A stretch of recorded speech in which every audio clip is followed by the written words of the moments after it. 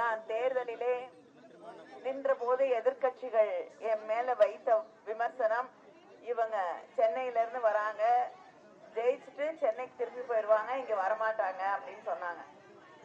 கொடிகளை வைத்திருக்கக்கூடிய சகோதரர்கள் தயவு செய்து அந்த கொடியை கொஞ்சம் இறக்குனா நல்லா இருக்கும். நன்றி நன்றி.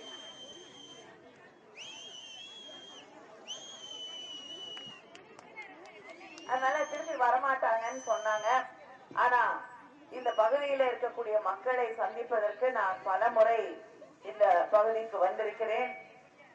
உங்களை எல்லாம் சந்தித்து உங்கள் கோரிக்கைகளை கேட்டு அவற்றை எல்லாம் என்னால் முடிந்த அளவுக்கு நிறைவேற்றுவதற்கான முயற்சிகளை செய்திருக்கிறேன். இன்று தூத்துக்குடி என்னுடைய இரண்டாவது தாய் வீடு என்று சொல்லக்கூடிய வகையில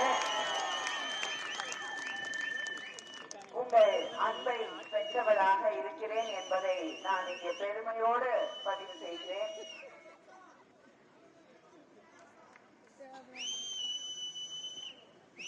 கொரோனா காலத்திலும் தூத்துக்குடியிலேயே தங்கி உங்களோடு நான் பணியாற்றி இருக்கிறேன். அதே போல இந்த தூத்துக்குடி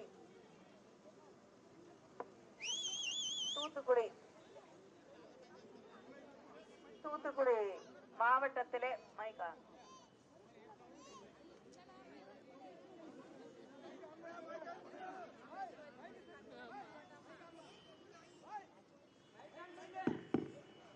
கேக்குதா? அதே போல மழை வெள்ள பாதிப்பு வந்த போதும் உங்களோடு நின்று உங்களோடு பணியாற்றி இருக்கிறேன் என்பதையும் நான் பெருமையோடு நினைத்து பார்க்கிறேன்.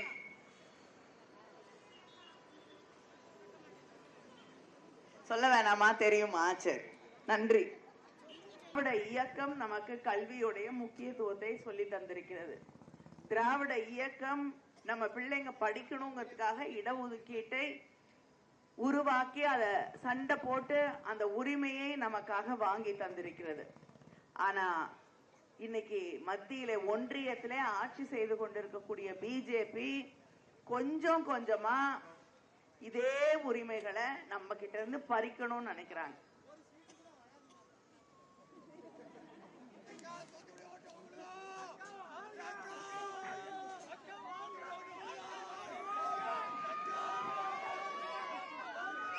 அதனால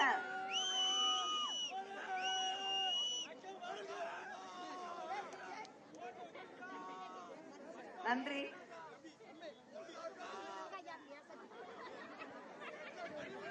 ஒரு நிமிஷம் பேசி முடிச்சிடுறேன். நன்றி பேசி முடிச்சிடுறேம்மா, பேசி முடிச்சிடுறேன்பா. அதனால நம்முடைய அந்த கல்வி உரிமைகளை கொஞ்சம் கொஞ்சமா எடுத்துடுறாங்க. புதிய கல்விக் கொள்கையை கொண்டு வராங்க. அந்த கல்விக் கொள்கைகளை தமிழ்நாட்டை பொறுத்த வரைக்கும் சில கிராமங்கள்ல, மலை கிராமங்கள்ல முக்கியமா மாணவர்கள் ஒரு பள்ளிக்கூடத்துல அதிகமா இருக்க மாட்டாங்க. ஒரு முறை ஒரே ஒரு மாணவன் தான் ஒரு பள்ளிக்கூடத்துல படித்து கொண்டிருந்தான். அந்த பள்ளிக்கூடத்தை மூடிடலாம் அப்படின்னு அதிகாரிகள் எல்லாம் சொன்ன போது அந்த மாணவன், ஒரு மாணவனுக்காக நாங்கள் பள்ளிக்கூடத்தை நடத்துவோம் என்று சொன்ன மண் தான் இந்த தமிழ்நாடு.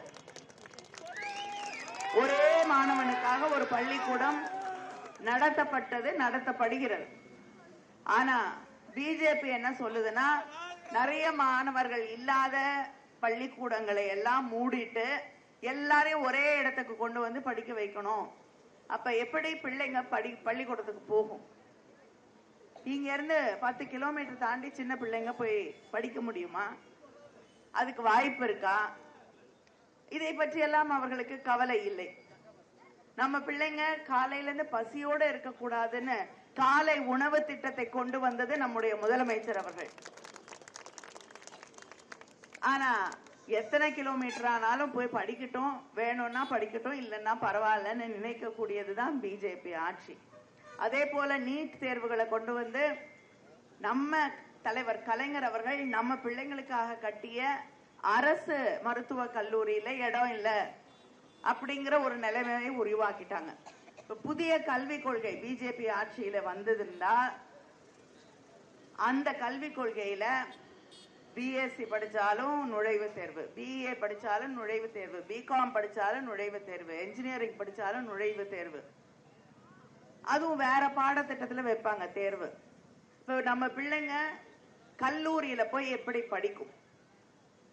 ஒரு தலைமுறைக்கே கல்வி என்பது இல்லாத, உயர்கல்வி என்பது இல்லாத ஒரு சூழலை அது உருவாக்கும். இன்னைக்கு இந்தியாவிலேயே அதிகமாக பட்டதாரிகள் இருக்கக்கூடிய மாநிலத்திலே முதன்மையாக இருக்கக்கூடிய மாநிலங்களில் தமிழ்நாடு இருக்கிறது. 30-40 வருஷத்துக்கு அப்புறம் பிஜேபி 50% இந்த நாட்டுல உயர்கல்வி படித்தவர்கள் இருப்பார்கள் அப்படின்னு கனவு காணக்கூடிய ஒரு நிலையிலே அதை சாதித்து 10-15 வருஷத்துக்கு முன்னாடி சாதித்து காட்டியது திராவிட முன்னேற்ற கழக ஆட்சி. இதையெல்லாம் மாற்றி நம்ம பிள்ளைங்க படிக்காம 100-200 வருஷத்துக்கு முன்னாடி எப்படி இருந்தாங்களோ அப்படியே போய் அடிமைகளாக, எந்த உரிமையும் இல்லாதவர்களாக, தலை நிமிர்ந்து வாழக்கூடிய ஒரு வாய்ப்பு இல்லாதவர்களாக ஒரு சூழலை அவர்கள் உருவாக்க நினைக்கிறார்கள். இது ஒரே ஒரு உதாரணம் தான். எப்படி நம்மள அவங்க பழி வாங்கணும்னு நினைக்கிறாங்கன்னு, நம்ம பிள்ளைங்களோட எதிர்காலத்தை இல்லாமல் செய்ய வேண்டும் என்று நினைக்கிறார்கள். இப்படிப்பட்ட ஒரு ஆட்சிக்கு நாம் இடம் அளிக்கலாமா என்று நீங்கள் சிந்தித்து பார்க்க வேண்டும். நம்முடைய பிள்ளைகளுடைய எதிர்காலத்தை நாசம் செய்யக்கூடிய ஒரு ஆட்சி, மத கலவரங்களை உருவாக்கி அதிலே ஓட்டு வாங்கிடலாமா அப்படின்னு தொடர்ந்து நினைக்கக்கூடிய ஒரு ஆட்சி, யாருக்குமே பாதுகாப்பு இல்லாம ஒரு சூழலை உருவாக்கி கொண்டிருக்கக்கூடிய ஆட்சி பிஜேபி என்பதை நாம் மறந்துவிடக் கூடாது.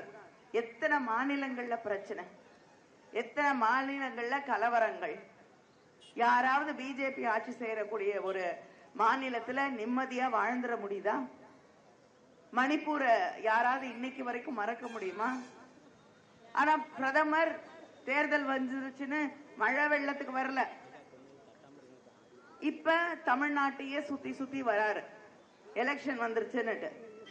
₹1 எவ்வளவு பாதிப்பு, எத்தனை வீடுகள் அடிச்சு போச்சு, எத்தனை விவசாயிகள் நிலம் பாதிக்கப்பட்டது, எத்தனை ஆடு மாடுகளை இழந்தோம், எத்தனை பேருடைய வீடுகள் இடிந்து கீழே விழுந்தது.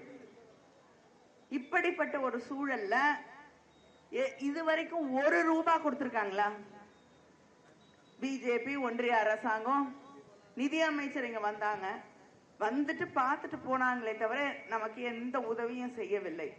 இன்று வரை கொடுக்கப்பட்ட 6000 இருக்கட்டும், இடிந்த வீடுகளுக்கு தரப்பட்ட, வீடு கட்டுவதற்கு தரப்பட்ட 4 லட்சம் ரூபாயாக இருக்கட்டும், ஆடு மாடு இறந்திருந்தால் அதற்கு தரப்பட்ட நிவாரணமாக இருக்கட்டும், மீனவர்களுக்கு தரப்பட்ட நிவாரணமாக இருக்கட்டும், விவசாயிகளுக்கு செய்து தரப்பட்டிருக்கக்கூடிய வியாபாரிகளுக்கு தரப்பட்ட உதவிகளாக இருக்கட்டும், அத்தனையும் செய்தது நம்முடைய திராவிட முன்னேற்ற கழக ஆட்சி, நம்முடைய முதலமைச்சர் முத்துவேல் கருணாநிதி ஸ்டாலின்.